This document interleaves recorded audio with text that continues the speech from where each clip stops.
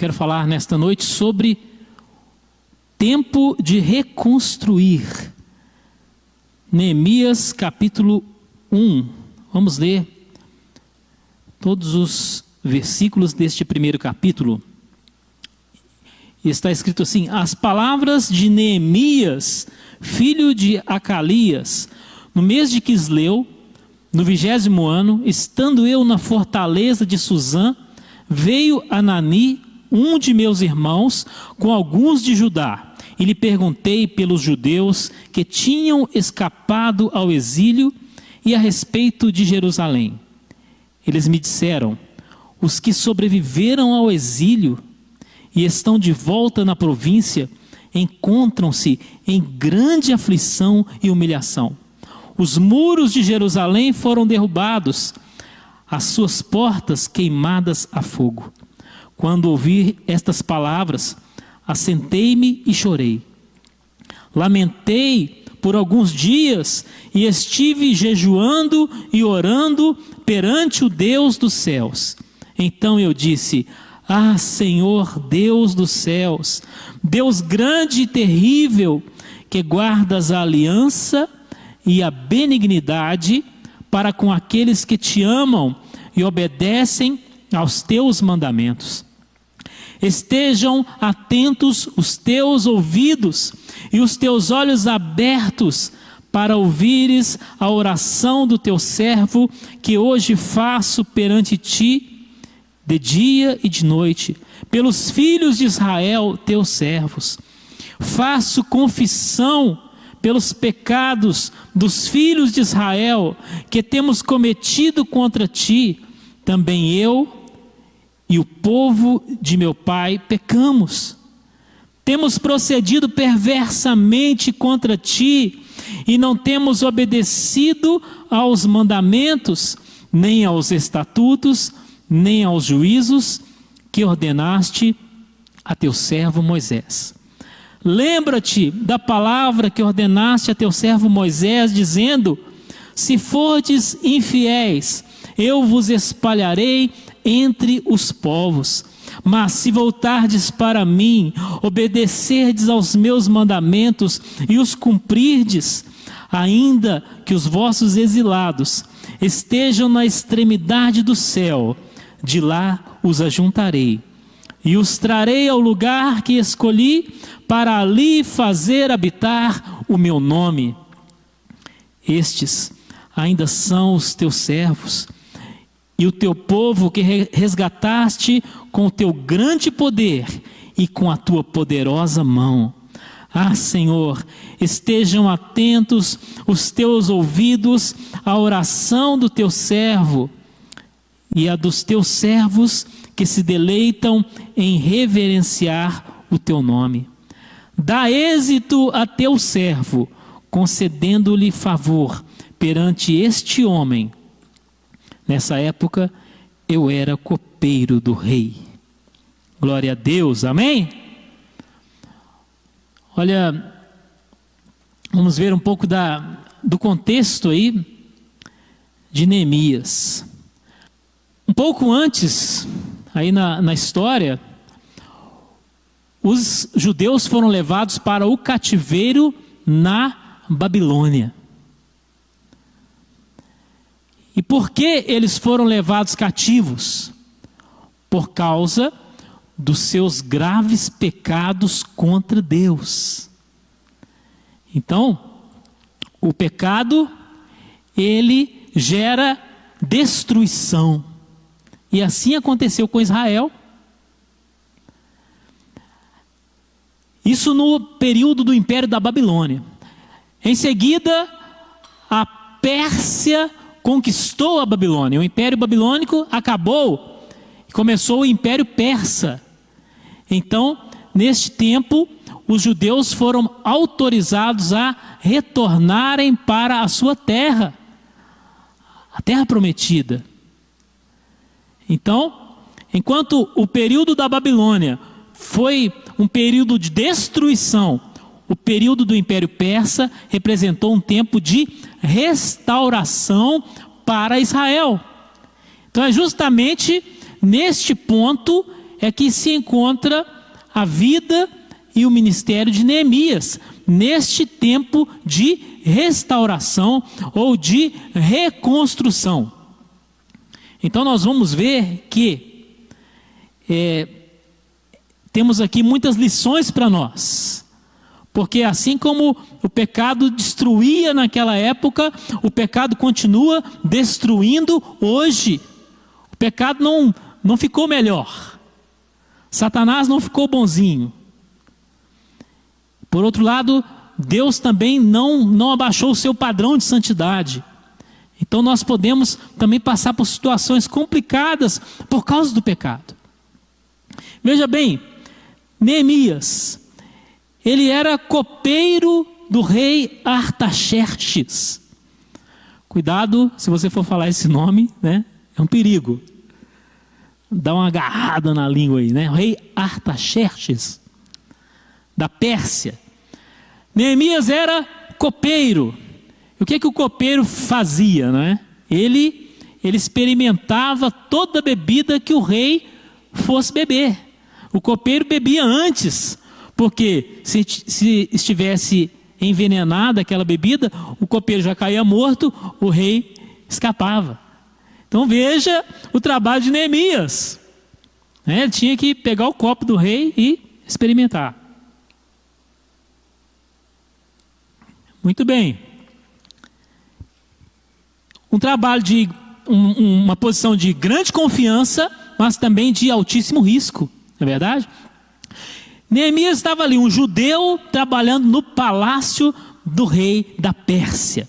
Quando chegam notícias de Jerusalém, muitos judeus já tinham retornado para Jerusalém, mas a vida ali estava muito difícil. Eles estavam vivendo em grande aflição.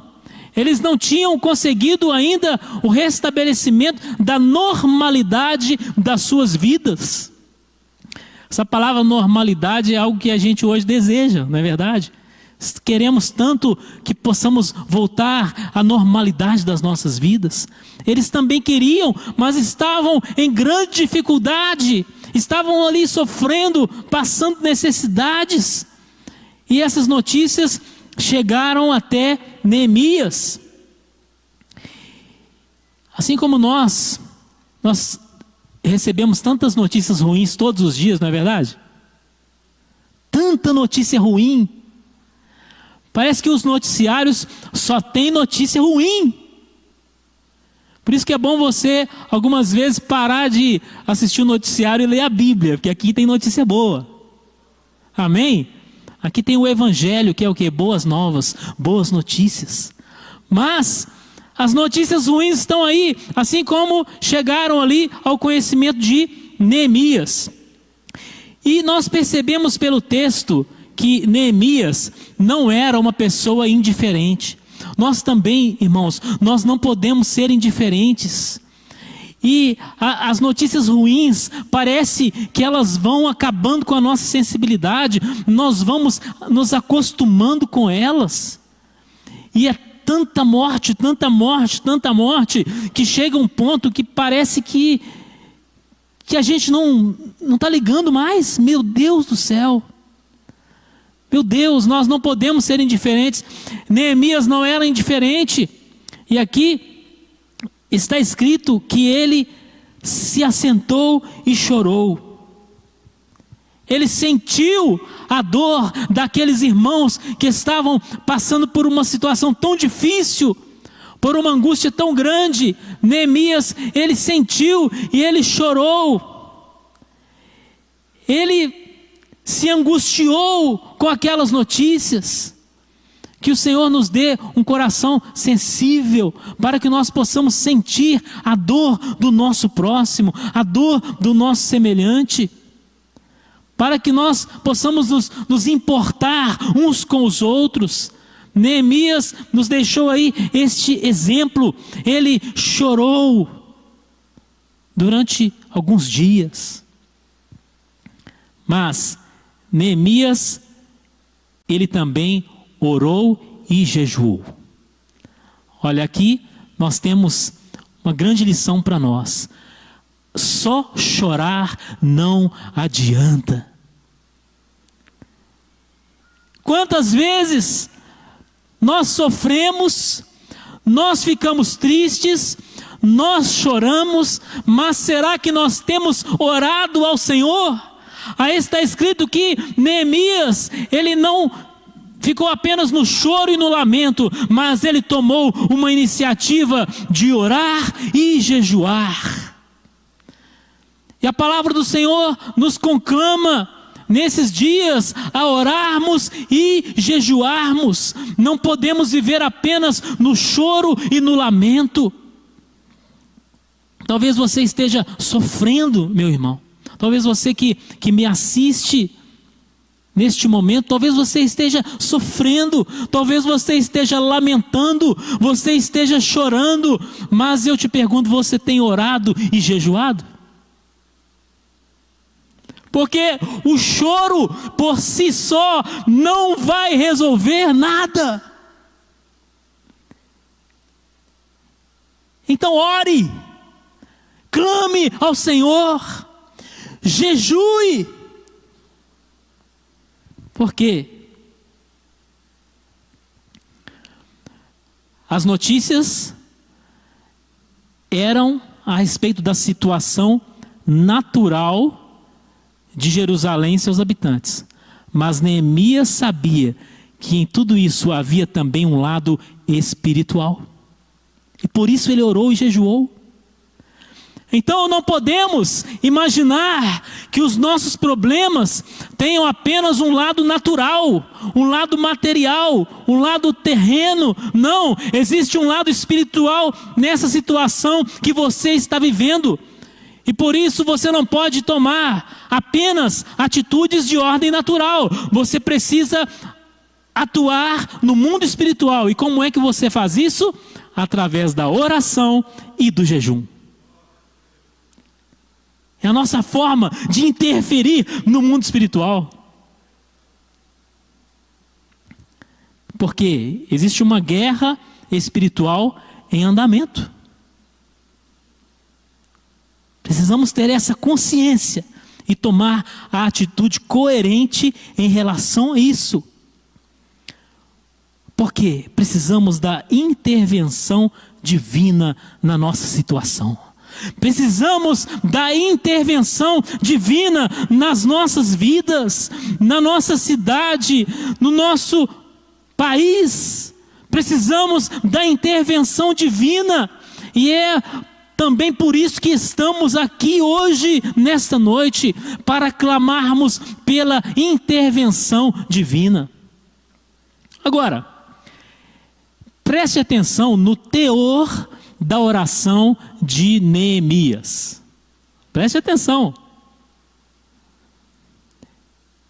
Neemias, ele está clamando pela intervenção divina, pela bênção, mas ele confessa pecados e busca o perdão. Veja só. Então muitas pessoas oram, mas talvez não estejam orando da maneira correta. Não estejam dizendo o principal que Deus quer ouvir.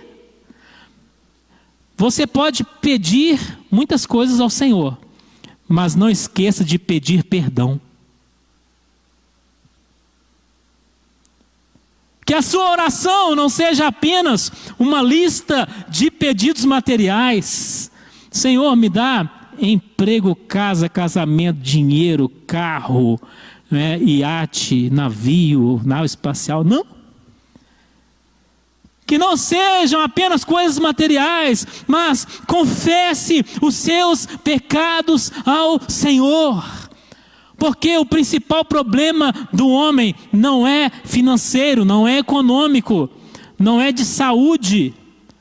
O principal problema do homem é o pecado. O principal problema da nação brasileira é o pecado. Mas hoje vivemos num tempo em que o pecado é defendido com unhas e dentes. E se você falar alguma coisa, você está me julgando, né?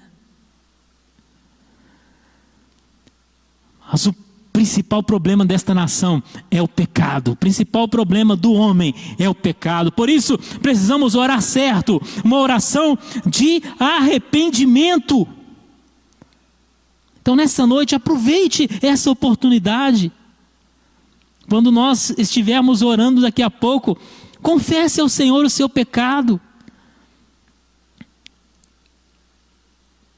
Confesse ao Senhor. Porque é assim que nós nos purificamos. É assim que nós nos purificamos. Agora, Neemias, ele não parou apenas na oração. Neemias agiu. Nós não vamos ler o capítulo 2, mas aí no capítulo 2 fala que Neemias conversou com o rei Artaxerxes. Mas observe, antes de conversar com o rei, no capítulo 2, Neemias falou com Deus no capítulo 1. Veja como isso é importante. Talvez você vá conversar com alguém, vá conversar com o seu chefe, ou vá conversar com o marido, vá conversar com a esposa, com o colega de trabalho, com o filho. Converse com Deus primeiro. Converse com Deus primeiro, porque para o Senhor abrir a porta para você passar. Então, Neemias conversou com o rei e pediu ao rei autorização para ir a Jerusalém e ajudar na reconstrução da cidade. Olha que maravilha. Neemias agiu, ele não apenas orou. Então veja que nós temos aqui alguns elementos, né? Até agora.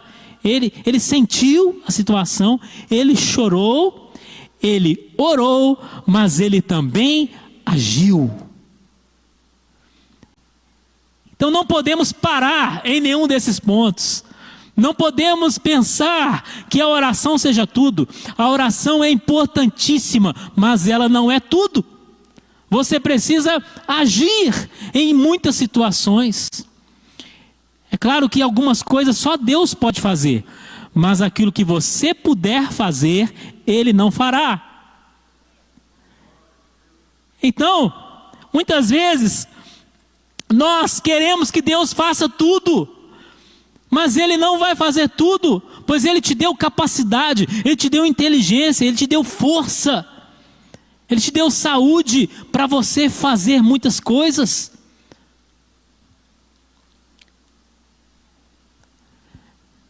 Que a nossa oração não seja uma tentativa de transferir a nossa responsabilidade para Deus. Então, por exemplo, os pais devem orar pelos filhos, mas isso não os isenta da responsabilidade de ensinar os filhos, de corrigir os filhos. Então, que a nossa oração não seja daquele tipo assim: Senhor, visita os hospitais, Senhor. Senhor, visita os necessitados, ajuda lá os necessitados. Senhor, salva aqueles que não ouviram a Tua palavra. Senhor, abençoa todos os habitantes da terra. Meu Deus, não é assim. Não é assim. Então é Deus que tem que visitar os hospitais, não é você. É Deus que tem que evangelizar, não é você. Não, tem muita coisa que nós podemos fazer e que é responsabilidade nossa. Então, devemos assumir essa responsabilidade. Era um tempo de reconstruir, um tempo de restauração, neste momento aqui, deste texto que nós lemos. Tempo de reconstruir a cidade de Jerusalém. Tempo de reconstruir a nação de Israel. E nós hoje estamos vivendo um tempo de reconstrução. Amém, irmãos? Nós vamos proclamar nessa noite que nós estamos num tempo de reconstrução, um tempo de restauração. Depois de tantos problemas que nós temos enfrentado durante este ano de 2020, nós queremos declarar que estamos começando um tempo de restauração em nome de Jesus. Em nome de Jesus.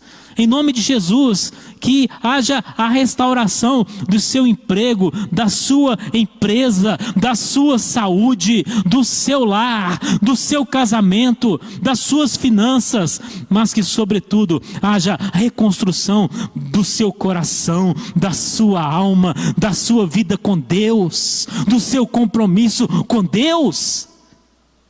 Então não perca de vista nenhum desses aspectos. Não podemos ter apenas um foco nas coisas naturais. Existe um aspecto espiritual que precisa ser reconstruído. Muito bem, mas o que seria reconstruído ali em Jerusalém?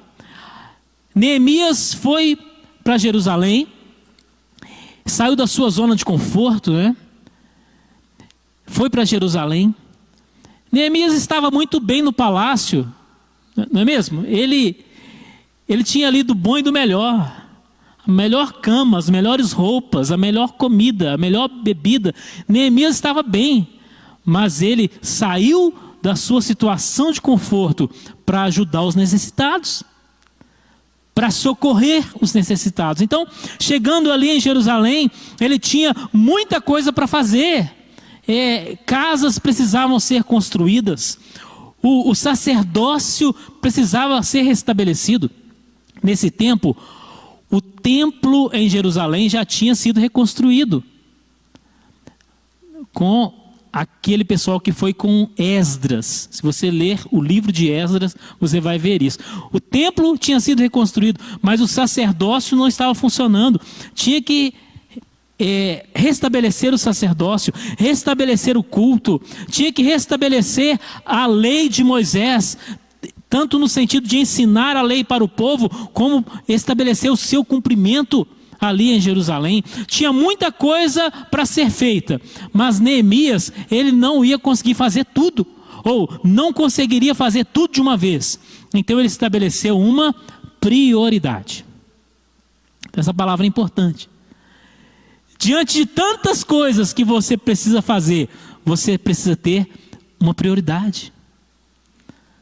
E o que Neemias fez, afinal de contas? Ele decidiu que a primeira coisa seria a reconstrução dos muros de Jerusalém. Porque os inimigos entravam e saíam de Jerusalém a hora que bem entendessem. E havia muitos inimigos em volta. Então, de que adiantaria fazer muitas coisas ali dentro da cidade se os inimigos ainda tinham acesso? Eles podiam entrar e roubar. Então, nós também precisamos tomar algumas atitudes. Essa questão dos muros da cidade, ela nos traz uma série de lições, e eu citarei algumas lições aqui rapidamente, que representam atitudes importantes na nossa vida. Porque nós temos que bloquear a passagem do inimigo. Os muros, eles têm esse papel. Bloquear a passagem do inimigo. Não dá, meus irmãos, para ficar sempre tendo que expulsar o inimigo. Vocês já viram pessoas assim?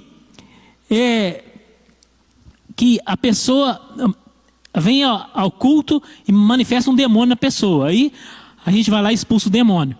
Na semana que vem a pessoa volta e manifesta o demônio de novo. A gente expulsa o demônio. Na outra semana a pessoa vem, manifesta o demônio de novo, a gente expulsa o demônio. Não dá para viver assim. O demônio sai e entra a hora que quer. Não! É preciso ver por onde o inimigo está entrando, para que haja um bloqueio dessa passagem. Bom, primeira lição dos muros. O muro, ele serve para quê? Proteção. Vamos falar todos juntos? Proteção. Essa máscara aí está te atrapalhando, mas tudo bem. Proteção. É a coisa mais óbvia, né? Nós queremos proteção. Mas veja bem, Eles poderiam dizer assim: ah, vamos construir muro, não. Deus nos protege. Não. Os muros, eles representam aqui atitudes humanas. São medidas protetivas que você deve tomar. São providências que você deve tomar para se proteger do inimigo.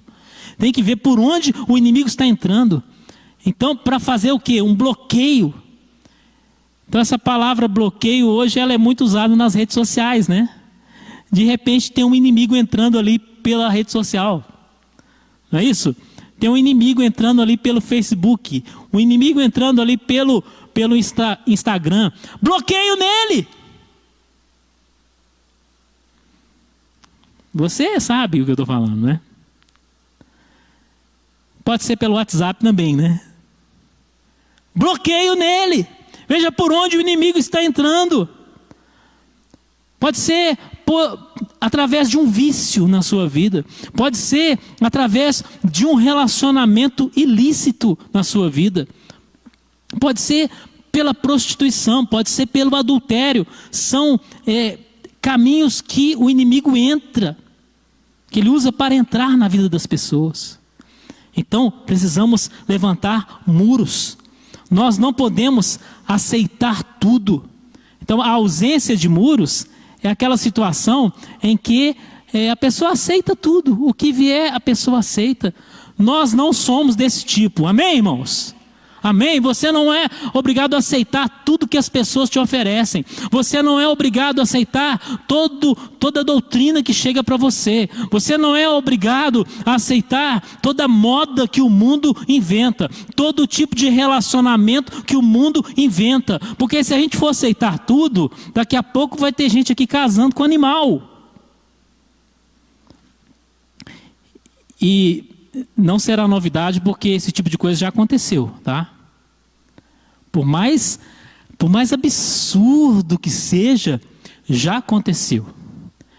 Não aqui no Brasil, né, mas na Índia, por exemplo. Quer dizer, são coisas assim complicadas até da gente mencionar. Então não podemos aceitar tudo, precisamos levantar muros. Para algumas coisas na sua vida você tem que dizer: isso eu não aceito. Em nome de Jesus. Isso não serve para mim. Por quê? Porque eu sou um servo de Deus. Aleluia. Agora, os muros, eles representam também o quê? Limites. Ah, nós queremos proteção, mas nós não queremos limites. Mas o mesmo muro que protege, ele estabelece limites. Então os muros são limites. O inimigo, ele não tem livre acesso a você. E você também não tem livre acesso ao território do inimigo. Não podemos ser daquele tipo de pessoa que faz tudo que dá na cabeça. Nós vivemos hoje no tempo de uma geração que acha que pode fazer tudo, que está tudo liberado. Mas os nossos parâmetros, eles estão aqui neste livro, na palavra de Deus. Como diz sempre o pastor Márcio, eu sou o que a Bíblia diz que eu sou. Eu tenho o que a Bíblia diz que eu tenho. E eu posso fazer o que a Bíblia diz que eu posso fazer. Aqui estão os parâmetros da nossa vida. Então, são limites. Esses limites, eles estão relacionados com o domínio próprio. Mas será que é mesmo? Eu não estou inventando isso. Veja Provérbios 25, 28. Vamos ver o que está escrito lá. Provérbios 25, 28. Que diz assim: como cidade derrubada, que não tem muros, assim é o homem que não tem domínio próprio. Olha. Então os muros não são apenas para o inimigo ficar longe, é para você também ficar longe dele. Amém? Então domínio próprio. Agora, se você não quer limites, você também não terá proteção. Não tem como escolher só uma das coisas, porque o muro é um só. A mesma atitude que te limita em algumas coisas, te protege. Muito bem. O que acontece mais com o muro? O muro, ele esconde o que é valioso. Então, se alguém passa em volta de uma cidade murada, essa pessoa não vê o que tem lá dentro. Ela não vê se tem um tesouro lá dentro. Assim como acontece aqui com algumas casas, né? Que tem um muro tão grande que você não sabe nem se tem uma casa lá dentro. Então, nós precisamos ter essa preocupação e este zelo de ocultarmos o que é precioso. Nós não precisamos mostrar demais a nossa vida. Nós vivemos num tempo de exposição excessiva. Não é isso? Pelas redes sociais, tem pessoas que mostram tudo que fazem. Tudo.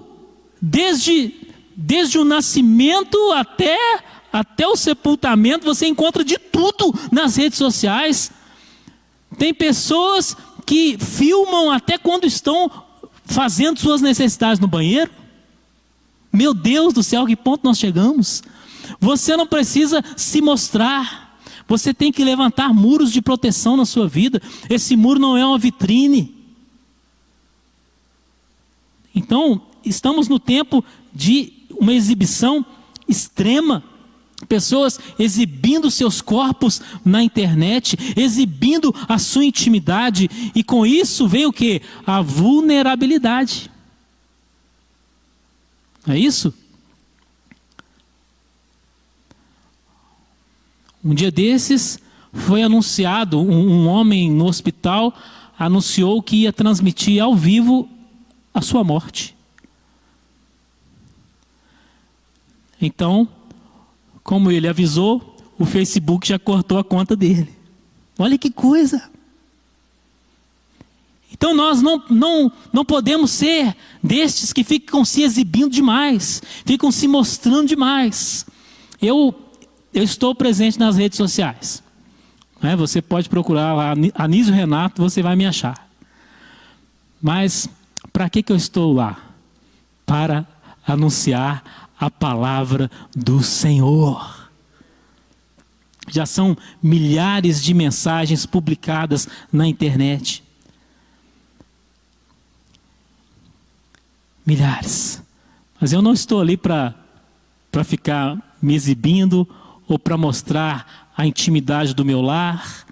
Não.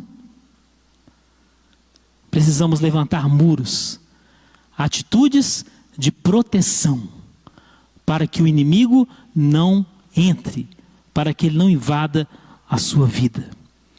Muito bem. O que mais? A construção do muro fala de trabalho árduo. Aqui não era um muro de tijolos, era um muro de pedras muito pesadas. Então, precisamos, para a reconstrução das nossas vidas, precisamos trabalhar duro. E aqui não tem Neemias orando, Senhor, manda os anjos construtores. Não existe anjo construtor. Quem constrói é você. É você. Então isso fala de quê? De iniciativas que você precisa tomar, tanto no sentido de trabalho, quanto no sentido de outras atividades que você exerce, como por exemplo, quem está estudando. Quem é estudante aqui? Levanta a mão, deixa eu ver. Temos aqui alguns estudantes. Eu também sou estudante, estudo a Bíblia, né? Mas estude, meu irmão, minha irmã, estude, se empenhe nisso. Não espere receber revelação na hora da prova. Então, trabalho árduo. E o livro de Neemias fala que os inimigos se levantaram contra ele. Os inimigos se levantaram para criticar, para zombar, para acusar, para ameaçar. Mas Neemias foi perseverante E aqui no capítulo 4, no versículo 6, fala que chegou um momento em que metade do muro já estava construída. Neemias 4:6. É até curioso, né? Por que foi registrado isso? Chegamos ao meio do muro. Glória a Deus. Mas meio muro serve para quê? Para nada. Assim é o caso de pessoas que se esforçam e param na metade. Não, você precisa ser daqueles que vão até o fim. Daqueles que são perseverantes, daqueles que não desistem. Neemias foi assim, perseverante, insistente, até que o muro ficou completamente pronto. Estas são as lições para nós. E assim como Neemias, ele saiu do palácio, deixou o reino da Pérsia e foi a Jerusalém para reconstruir. Um dia o Senhor Jesus também saiu do seu reino, da sua glória, e Ele veio aqui à terra para reconstruir as nossas vidas, para reconstruir a sua vida. E por isso nós vamos orar agora. Vamos orar. Jesus, Ele é o maior edificador de todos os tempos. Ele é o maior construtor de todos os tempos. Olha, a sua vida pode estar derrubada, ela pode estar no chão, mas nós estamos aqui anunciando aquele que pode te erguer do pó, te colocar de pé, edificar novamente a sua vida. Amém? Então vamos ficar de pé e vamos orar.